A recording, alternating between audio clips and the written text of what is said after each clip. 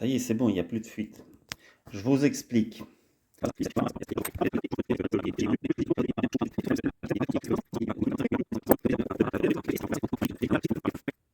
Et là, ça a marché. Et voilà, avec un peu de pâte à con quand même, hein. Avec de la pâte à con, c'est bien pour tout le temps. Et voilà. Ouais, plus de fuite. Je garde quand même la serpillière et la bassine. Et on peut voir maintenant les conduits du radia que j'ai branché. Donc le conduit aller, dans le sens aller, et le conduit de retour. Alors le conduit, donc ça se fait toujours dans ce sens-là. Ça rentre par le haut du radiateur, hein. Ensuite l'eau refroidit, elle descend naturellement et elle remonte. Ce qui fait que même un moteur éteint, l'eau va continuer à circuler dans le même sens. Et c'est bien que l'eau continue à circuler dans le radiateur quand le moteur est éteint, parce que c'est quand on éteint le moteur qu'il monte en température. Parce qu'il n'est pas plus refroidi, et donc ce qu'on appelle le heat sink, c'est vraiment toute la chaleur accumulée dans le métal qui va remonter et qui va faire chauffer l'eau dans le bloc. Donc le bloc peut facilement monter à plus de 100 degrés. Là, on voit, donc ça, ce truc-là, c'est Maserati qui l'a fait. Donc normalement, il est placé un petit peu plus près. Et normalement, le radiateur Maserati, il a l'entrée ici. Donc en fait, cette durite, elle va comme ça. Mais moi, comme j'utilise un crossflow, ben, ça va dans l'autre sens. Mais je réutilise les mêmes pièces. Et en fait, ici, normalement, c'est la sonde, on met la sonde qui est là. Ça, c'est la sonde de température du tableau de bord. En fait, bon, il fait chier le radiateur, enfin, pas celui de la voiture, mais celui qui chauffe le garage, parce que je sais pas, il commence à déconner, il fait du bruit. Je sais pas si vous l'entendez. En fait, ils ont fait un truc assez con parce que, bon, ce truc, normalement, il est là, et la sonde de température qui est là-bas, elle est là, mais n'empêche que pendant que le thermostat ou le calorstat est éteint, fermé, l'eau ne circule pas normalement.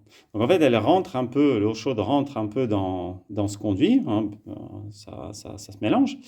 Et la sonde température du tableau de bord, ben, en fait, elle montre à peu près la température de l'eau, mais en fait, c'est pas la vraie température, hein, parce que ça circule pas vraiment.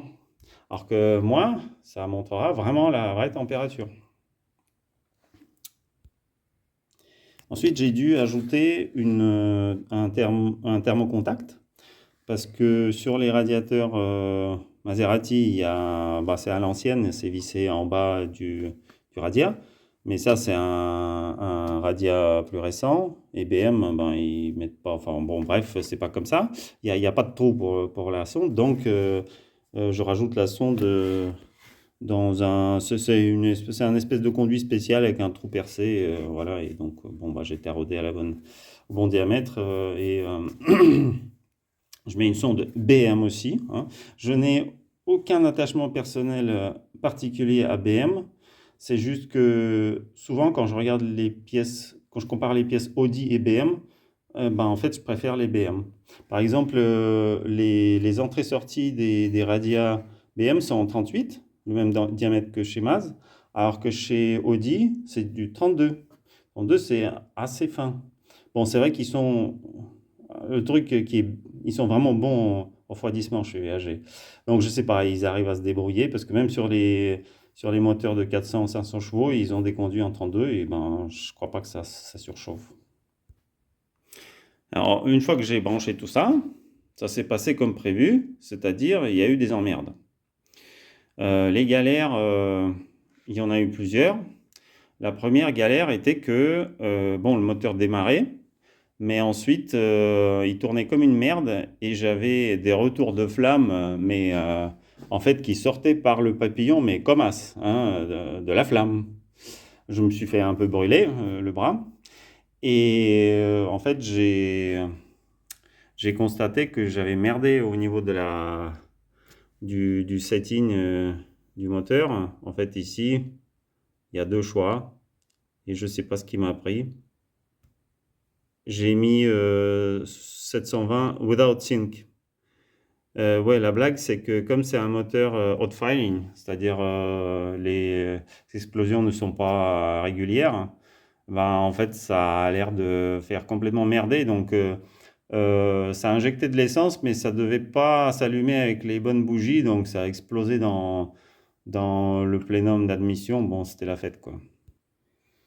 Et ensuite, j'ai eu des emmerdes avec le truc qui s'appelle After Start Enrichment. Donc, quand on démarre le moteur froid, il faut toujours l'enrichir pendant quelques temps. Donc, vous voyez, c'est 2 secondes, 5, machin. Et en fait, à 300 secondes, ça s'éteint.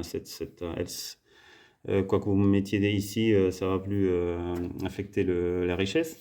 Donc, il faut enrichir. Et en fait, par défaut, ils mettent une carto qui est super riche pour ce moteur. En fait, ça, c'est la carto d'origine. Donc, vous voyez, à 20 degrés, il faut ajouter 70% pendant les deux. Enfin, ça se descend un peu vers 50 et tout ça. Et en fait, c'était super riche et le moteur, mais ça tournait, mais moi, enfin, c'était horrible. Comme je respire le même air, enfin l'air qu'elle expire. Donc en fait, ça marche très bien avec ça, vous voyez. Donc en fait, au bout de 2 secondes, ben, enfin, ou 5 en tout cas, il y a plus rien, il n'y a plus besoin d'enrichir. Bon, ensuite, il a fallu jouer avec le Axel Enrichment parce qu'il était pas assez bon. Enfin bon, comme en plus j'ai un papillon qui s'ouvre pas de manière proportionnelle comme il est étagé, donc il a fallu faire une carto spéciale. Bon, ce qui est bien avec le Max EQ, c'est qu'on peut faire vraiment beaucoup de choses totalement pas standard. Donc j'ai fait une carto spéciale pour le TPS, pour le capteur de papillon. Et puis voilà, c'est celui qui est utilisé, la TPS MyRate, qui est utilisé pour les enrichissements. Bref, maintenant ça marche, donc il tourne bien, il démarre. Et donc, c'était la première étape, c'était juste pour pouvoir démarrer et qu'il tienne le ralenti. Bon, il fallait aussi régler le régulateur de ralenti. Oui, il y a un truc, ça c'est assez pratique en fait. J'ai découvert ça par hasard. Donc, quand vous videz le moteur et que vous le remplissez de flotte, c'est bien de mettre un entonnoir comme ça, mais le garder. Et pourquoi? Parce que souvent, quand le moteur chauffe pour la première fois, il y a de l'air dedans, il va se dilater et il va pousser la flotte du vase. Bon, il faut jamais remplir le vase complètement quand le moteur n'a jamais tourné, parce que, enfin, quand il vient d'être rempli, parce que ça va forcément dégueuler. Et en fait, avec un entonnoir, ça dégueule, mais en fait, ça monte dans l'entonnoir, mais ça pisse pas là. Ça fait l'étanchéité là. Donc en fait, on voit l'eau remonter, puis on coupe le moteur, et puis après ça redescend, et puis c'est bon, voilà. Parce qu'avec, après, il y a des bulles d'air qui passent et ça purge le truc. Donc maintenant, il va falloir que je branche les sondes lambda. Dans chaque banc, une sonde. Et que je mappe un peu le moteur, au moins au ralenti, pour pas que ça soit trop riche. Parce qu'au début, on peut pas mettre... Enfin, moi, je mets pas les sondes lambda au début. Parce que quand on démarre le moteur pour la première fois, il est plein d'huile. Il est plein d'huile. Je crois qu'il n'y a pas beaucoup de vidéos, enfin en tout cas j'en ai pas vu qui montrent ça. Mais quand le moteur démarre pour la première fois, c'est une horreur. Malheureusement, j'ai oublié de filmer. Ici, là, on ne voyait plus rien dans le garage. Et moi, à chaque fois que je le faisais démarrer, hier, ce midi, après je prends une douche parce que je puais tellement l'huile et l'essence que c'était juste pas possible. Et en fait, il faut faire tourner le moteur pendant un certain temps pour qu'il juste décante et qu'il brûle toute l'huile qui est présente dans les cylindres, les segments et l'échappement aussi. Et en fait, moi, ce que je fais, c'est que je fais tourner 5 secondes à 2005, 3000 tours et 5 secondes, je laisse tomber à 1000. La théorie derrière, c'est que les segments, ils ne fonctionnent qu'avec la pression de la combustion. Donc, si vous faites juste tourner le moteur au ralenti, la pression des combustions n'est pas suffisante. En fait, les segments peuvent déjà glacer, même à cette étape-là, et après, ils seront irrécupérables. Donc, il faut les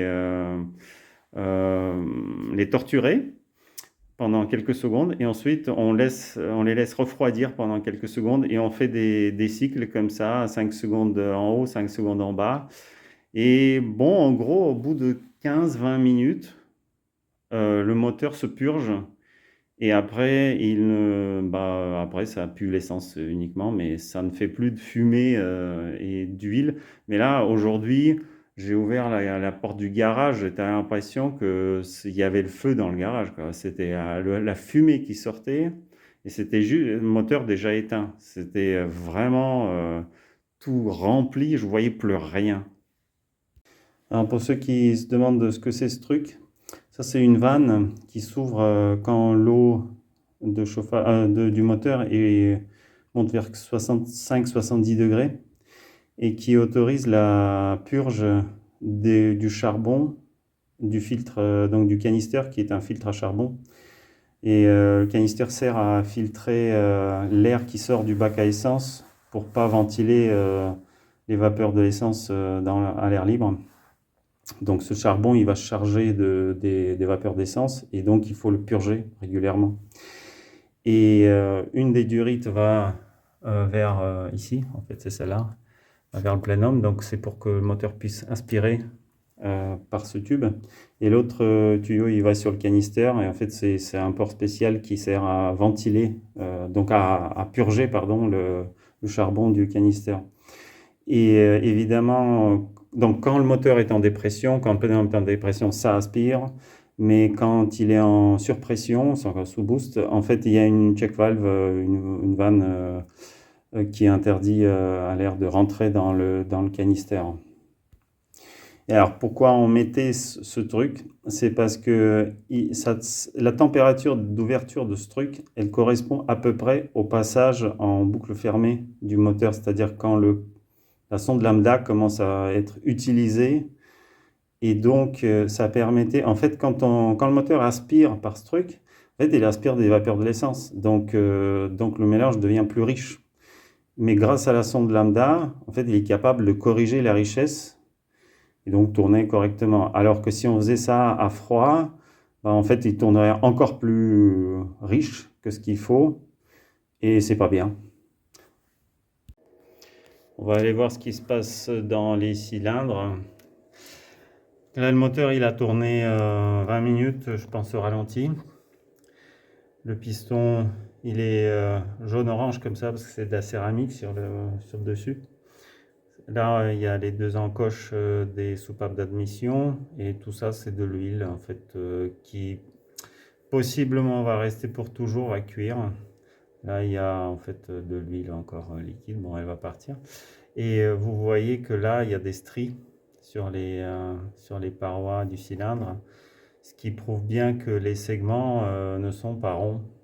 Ils ne touchent que certaines par section le mur, donc c'est pour ça qu'il faut roder un moteur. Alors là, on est dans un autre cylindre qui vient de passer le PMH, qui est toujours en croisement. Donc là, on voit l'encoche dans le piston. Et on voit la soupape d'admission qui est toujours un petit peu ouverte. Et je vais mettre l'autre caméra de l'autre côté. Et ça, c'est les deux soupapes d'échappement qui commencent à s'ouvrir. En fait, dans ces moteurs, dans les 24 soupapes, les soupapes d'échappement sont parallèles à la surface du piston. Et elles sont très loin.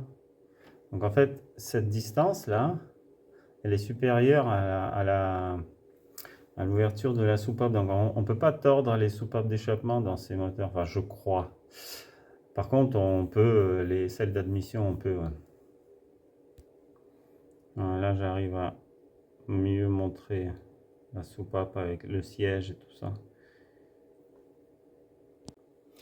Et là, on voit donc ça, c'est le joint de culasse.